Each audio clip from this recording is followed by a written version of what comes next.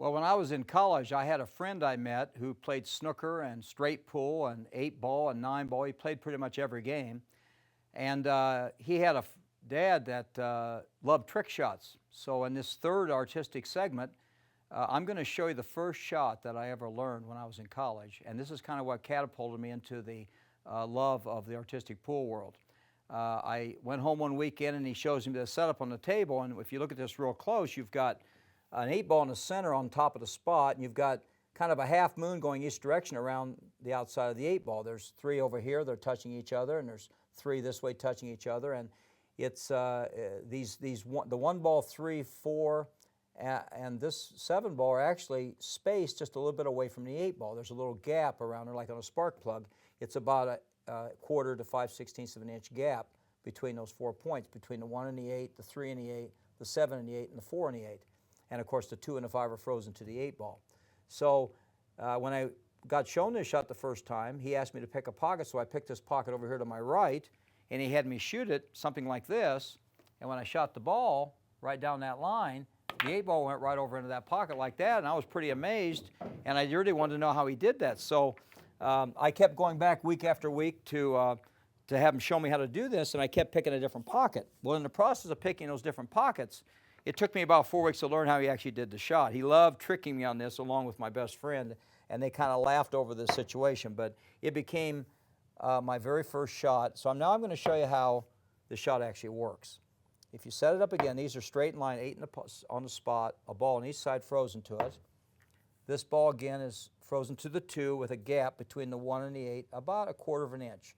If you're on a big table, you want to have a little bit tighter gap, and if you're on a small table like a 7-footer, you want to have a little bit wider gap, and you'll see why in a second that's important. So we go like this, and these gentle taps don't really hurt anything on the table. It just sets the balls in position so they don't move around with a space between them.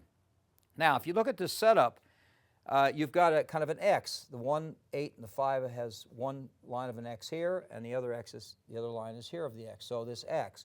And if you want to make this 8-ball to my right in this corner, you would put the cue ball on the left side of the X facing the first ball here.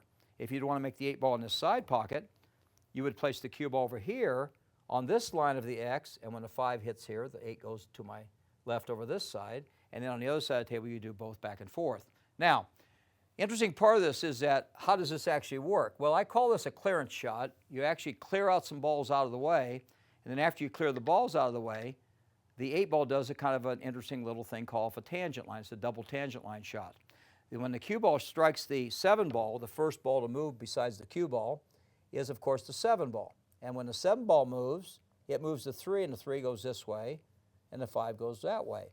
Then the 7-ball hits the 8, and the 8-ball does what's called a double carom off of these 2 balls and goes in the corner. So by clearing this out of the way, called the clearance shot part of this, the 8-ball then follows the tangent to the 4-ball, and then the tangent, which is the 90-degree off this ball, goes right to the corner. So when you shoot that, the 8-ball goes right off the double tangent, just like this, and it goes back into the corner pocket like that. So what you don't see is that when you do it all fast, because you've got those other 2 balls in the way, and they're actually creating the blockage for the shot. So when we focus on the whole thing together, we don't see the double tangent effect.